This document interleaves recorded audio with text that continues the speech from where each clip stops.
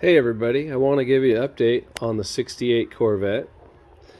So we've done a few things and didn't capture any of it on video because we were having so much fun digging into the car, learning about it, and trying to figure some things out because I don't have an owner's manual, and these are way different than 66 Chevelles, as you may or may not know. So one thing we did, so we pulled the hood right off the car, and we pulled the hardtop off the car. And for specific reasons, the hood, it had some serious rust locking these bolts in. So we took those off, and the reason we took the hood off is because right here, and it's in the auction pictures, it's got this patch, which I didn't notice because I don't know anything about Corvettes, and I didn't really plan on buying this car. So check this out.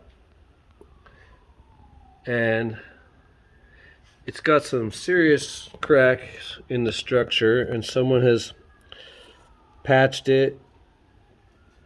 But yeah, look at all this cracking, and this is old patch. And it's even got some filler in here and whatnot. So someone's tried to fix it in the past, but you know, I'm a boat guy. I'm a fiberglass boat guy. I have got fiberglass cloth, epoxy resin, hardener. This is right up my alley. So hood's on here. I'm gonna patch this baby. Now when I get done patching it, it's probably gonna look something like this. Now this is a factory hardtop, and I believe there's even it's looking like a 68 as a year.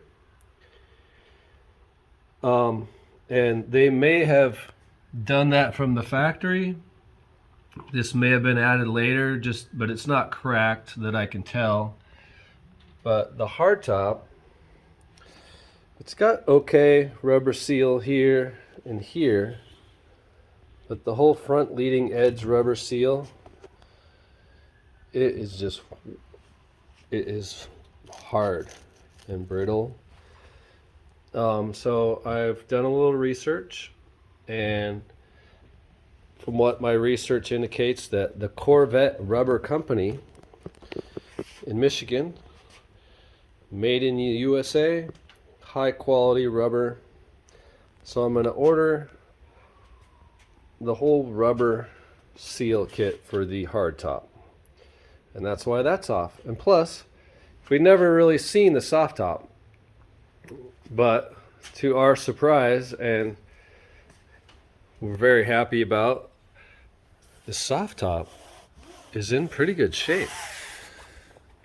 You know, it's got its wear and everything, but we haven't had it out in the sun yet, but we managed to get it to latch. And it's got a pretty clear back window, and very happy about that. So it was really cool to learn how this lid opens and how to do that.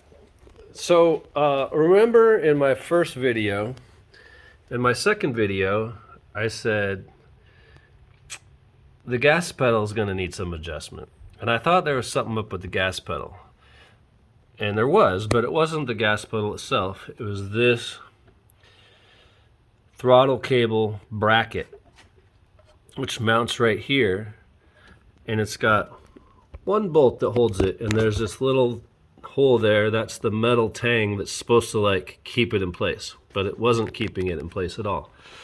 So we dug through my scraps, and what we did was we found a little corner piece, just a tiny scrap of metal, and you can't see it, but it's right here.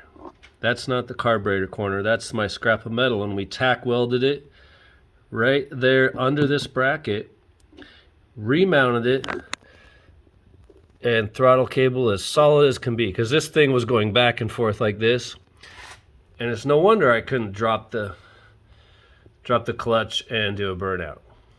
And so, wow, once I fix this throttle cable, this car is a scary fast.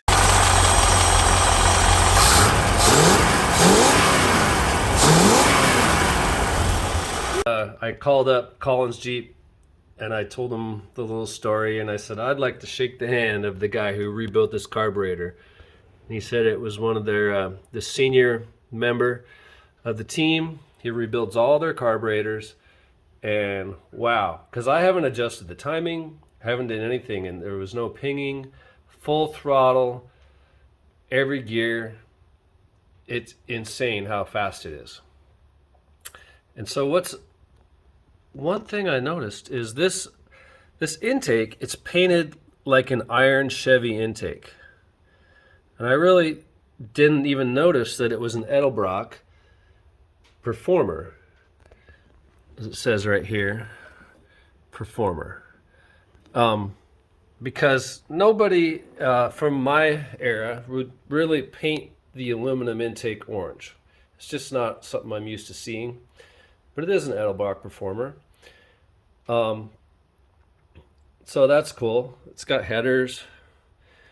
And so I took a look at the heads, and it does have the double peak, you might say. It's not a camel hump head, but it is a high performance head. But one thing I noticed is it's got the tiny 5/8 peanut plugs, is what we call them, and not the big fat 13/16 plugs. So that tells me, I believe, that these are not 1969 heads, because the motor is a 1969. And if you look at the letters there, those letters indicate the suffix code at the end of the number that it is a 350 horse 350, which I like. And I think it's got about all 350 horses still, which I found amazing. So I was really expecting it to be kind of a, I don't know, a worn out dud. I didn't ask about the motor before I bought the car at auction. All I knew is that they changed the oil, flushed the gas tank, and rebuilt the car. So I wasn't expecting a whole lot, but wow, it's faster than my Chevelle, and that's saying something. So anyways, that's the update so far.